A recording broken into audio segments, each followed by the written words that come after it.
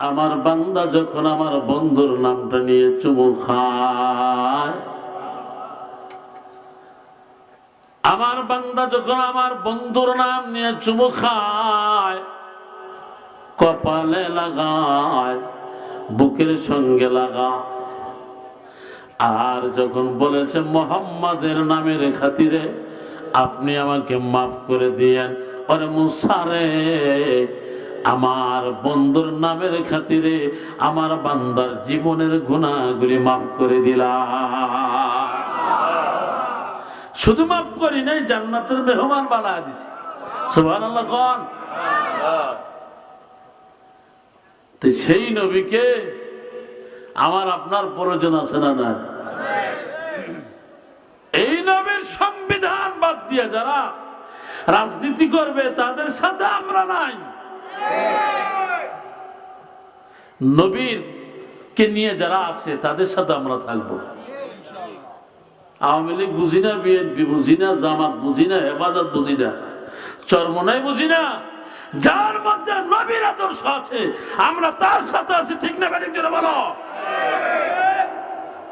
বঙ্গবন্ধুর আদর্শ না মানলে যদি আওয়ামী লীগ করা না যায়, প্রেসিডেন্ট শহীদ জিয়াউর রহমানের আদর্শ না মানলে যদি বিএনপি করা না যায়, জামাতের আদর্শ না মানলে যদি জামাত করা না যায়, এ মুসলমান স্মরণ রেখো, বঙ্গবন্ধুর আদর্শ নাই, তোমার আওয়ামী লীগও নাই, করতে পারবে না। আওয়ামী লীগ করতে হলে বঙ্গবন্ধুর আদর্শ দরকার আছে না? বিএনপি করতে হলে বিএনপির জিয়াউর রহমানের আদর্শ তোমার মানতে হইবে। তো এইগুলো না মানলে তুমি আওয়ামী লীগ করতে পারবা না, বিএনপি করতে পারবা না, জামাত করতে পারবা না। নবীর আদর্শ না মানলে নবীর উম্মত হওয়া যাবে নাকি? জোরে বলেন। নবীর আদর্শ মানতে হবে ভাই। তো সেই দামি পয়গম্বরের উম্মত আমি আর আপনি খুশি রে বেজা? কেডা কেডা খুশি? তো হাত তোলেন তো, হাত তোলেন। নারায়ে তাকবীর, নারায়ে তাকবীর। আলেম ওলামা যেখানে, কোরআন হাদিস যেখানে, গান বাজনা যেখানে, নারায়ে তাকবীর। আল্লাহ কবুল করুক, জোরে বলেন আমিন। ওই মালিকের দরবারে লাখ কোটি শুকর ও সুজুদ। একটু সাইজ করে নি আপনাদের, কি একটু লাইনে আনি, তারপর অস করি নাকি কন? মনে করেন না যে বেড়া চেহারা চেহারা বলা না, নাকটা বোঝা কালা মানুষ, কি খুঁজবে আল্লাহ মামুদ জানে। ওরও যেমন এদিকে শ্বশুর বাড়ি আর এইটা আমার মামা বাড়ি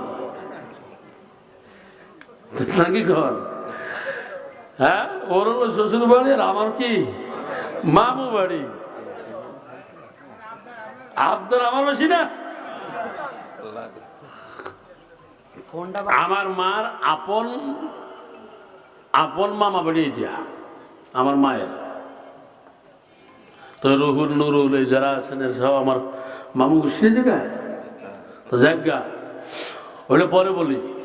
তো মালিকের দরবার লাখ কোটি শুকুর সুযোগ যে আল্লাহ তাআলা আমাকে আপনাকে ময়দানে আসার মতো সুযোগ দিয়েছেন, বলেন আলহামদুলিল্লাহ।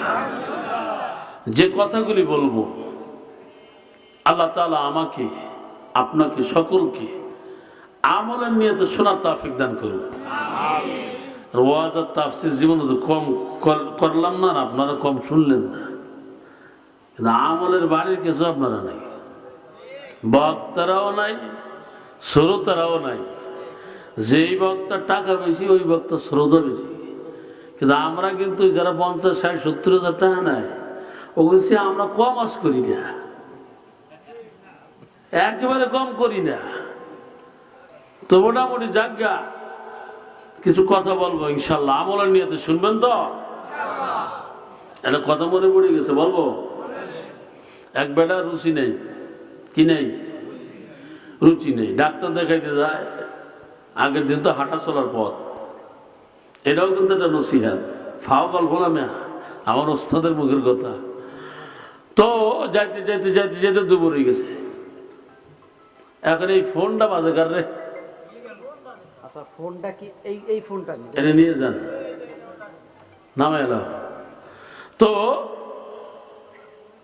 যাইতে যাইতে যাইতে যাইতে দুপুরের টাইম হয়ে গেছে, হঠাৎ করে প্রচুর বৃষ্টি, মারাত্মক বৃষ্টি।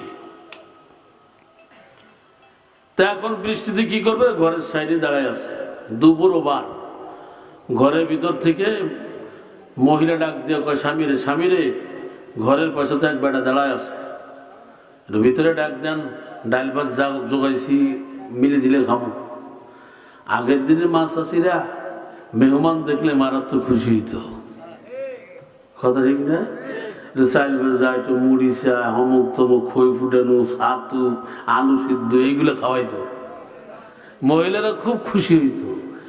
আর বর্তমান ডিজিটাল বন্ডিরা মেহমান দেখলে খালি কপাল গোছা আর দাঁত কিরিমিটি দেয়।